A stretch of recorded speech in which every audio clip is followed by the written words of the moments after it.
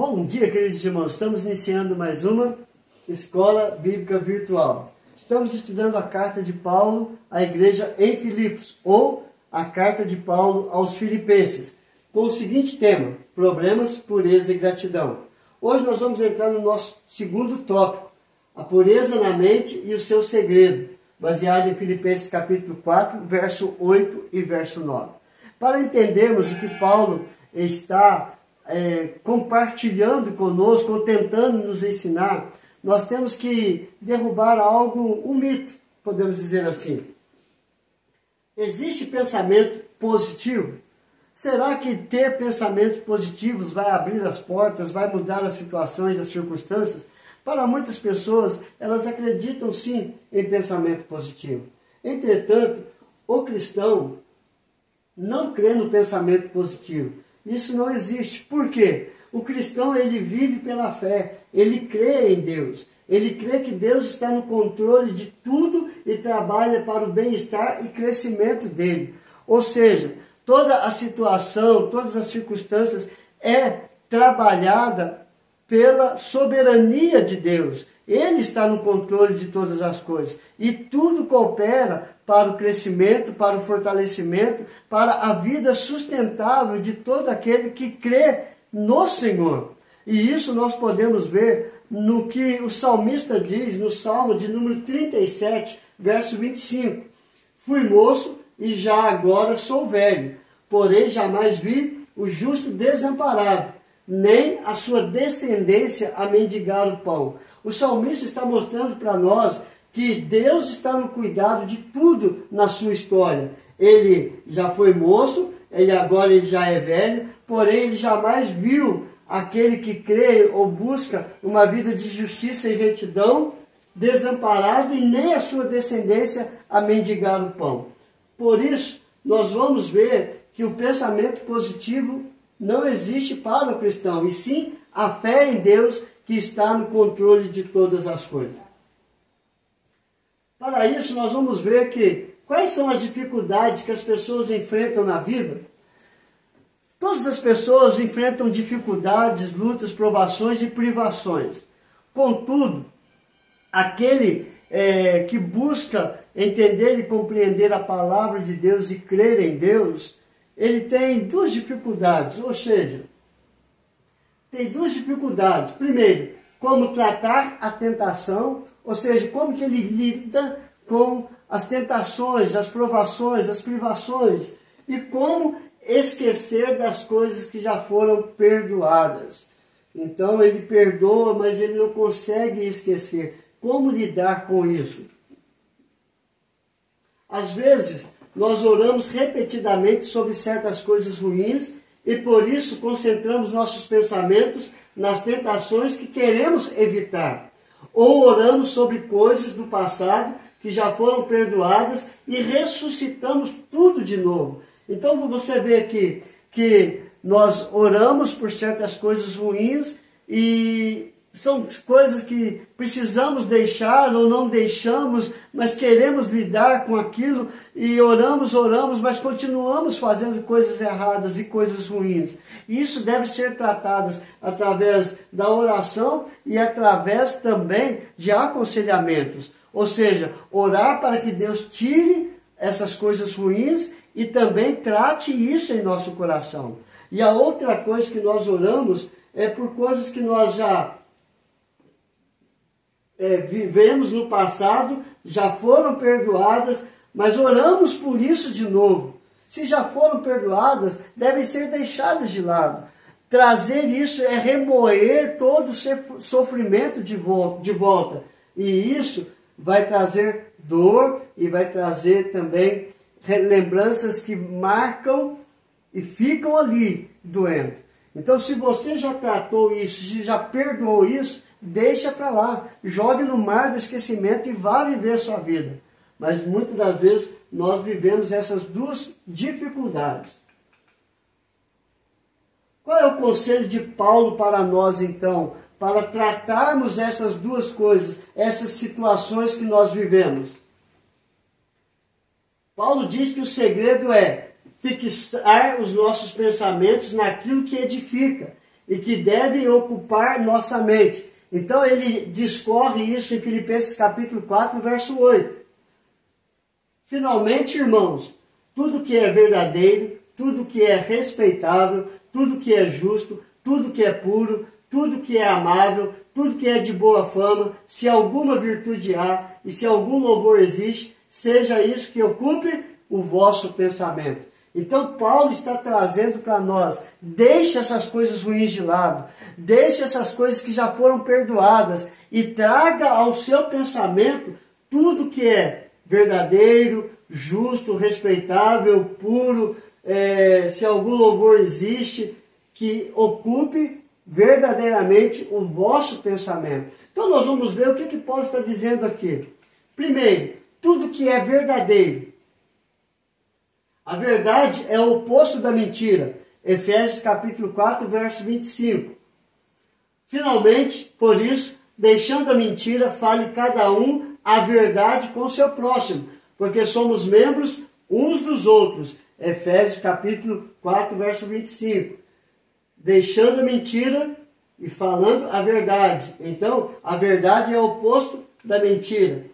A verdade faz parte da armadura de Deus. Efésios 6,14. Estai, pois, firmes, cingindo-vos com a verdade e vestindo-vos da couraça da justiça. Então, a nossa fala, o nosso proceder deve ser somente a verdade e nada mais que a verdade.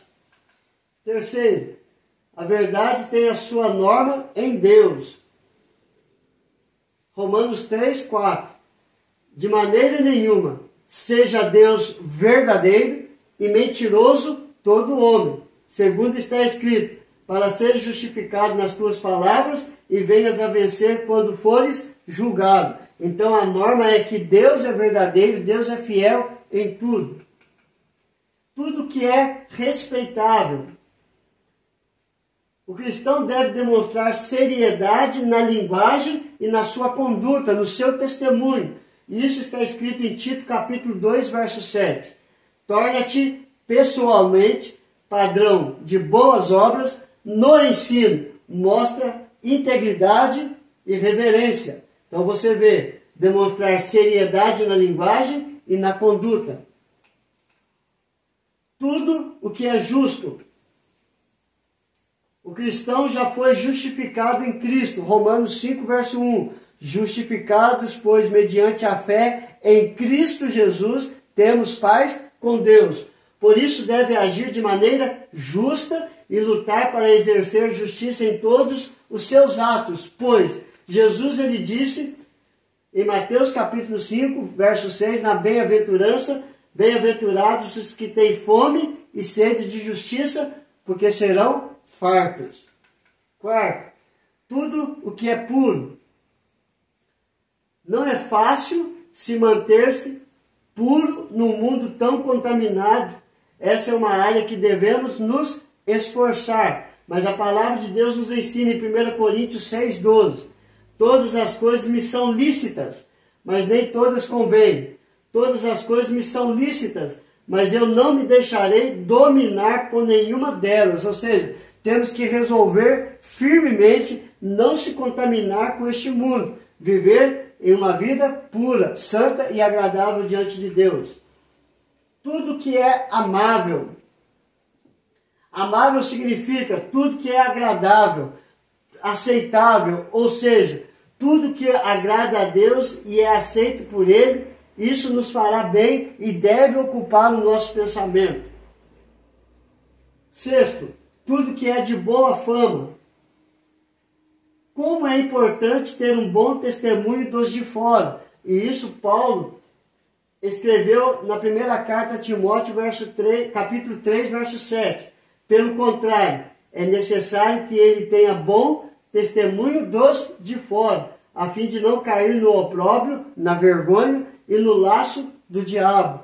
Então, se nós temos tudo no nosso pensamento que é de boa fama, o testemunho dos de fora será um testemunho que vai mostrar que nós temos uma vida que glorifica e exalta o nome do Senhor. Qual é o conselho de Paulo para nós então? Tudo que tem valor para a vida do cristão está nesta lista. Tudo que é digno de louvor é mencionado. Tudo isso deve tomar conta dos nossos pensamentos, pois ele tem procurado viver isso em sua vida. Paulo procurou viver tudo isso que ele colocou ali nesta lista que ocupa o nosso pensamento na sua vida. E ele compartilha isso no verso 9.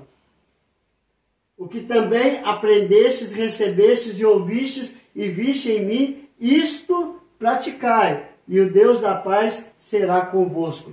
Filipenses capítulo 4, verso 9. O que reflete as expressões a paz de Deus no versículo 7 e o Deus da paz, versículo 9? Esses dois versículos, nessas duas expressões, vão mostrar para nós que elas refletem uma ligação direta entre o que ocupa a nossa mente e a paz com Deus. Então, tudo aquilo que vai ocupar o nosso pensamento vai produzir a paz com Deus, porque seremos justificados em Cristo Jesus. Que lição podemos aprender no verso 9? Paulo mostra-nos os canais de acesso à mente, isto é, como a mente é preenchida pelo que vemos, ouvimos, aprendemos e recebemos. O testemunho fala mais alto. Aquilo que nós falamos, aquilo que nós praticamos, deve apontar para Cristo Jesus. E o nosso pensamento deve ser revestido com o pensamento da palavra de Deus. E assim vamos glorificar ao Senhor. Então, o que nós aprendemos hoje, queridos? Nós aprendemos que nós temos que ter pureza no pensar. É o segredo para uma vida que glorifica a Deus. Não existe pensamento positivo, existe fé na autoridade de Deus e Ele está no controle de todas as coisas. Nós temos dificuldade de como vencer a tentação e de como esquecer aquilo que nós já perdoamos e conviver com isso. Qual é o conselho de Paulo para nós? Nos trazer na nossa memória tudo aquilo que glorifica a Deus. O que reflete as expressões a paz de Deus e o Deus da paz? Que tudo aquilo que traz e ocupa o nosso pensamento vai produzir a paz de Deus e o Deus da paz em nosso coração. Que lição podemos aprender no versículo 9? Nós aprendemos que tudo aquilo que nós falamos, pensamos ou recebemos e testemunhamos deve produzir a glória de Deus. Então vamos orar, queridos. Senhor, graças te damos pelo teu grande amor para conosco. Aplica, Senhor Deus, esta palavra em cada coração, para que possamos ter paz com Deus e o Deus da paz esteja em nossa vida, fortalecendo, sustentando, trazendo maturidade e santificação espiritual. Abençoe cada ouvinte, ó Pai, restaurando os casamentos, fortalecendo, sustentando, trazendo diálogo, paz e amor. Ó Deus querido, abra as portas para os desempregados, abençoe a vida dos nossos filhos. E se tem alguém enfermo, coloque a tua mão de cura, de libertação, de restauração. É a nossa oração, em nome de Jesus. Amém e amém. Que Deus te abençoe, queridos, e até amanhã, se Deus quiser.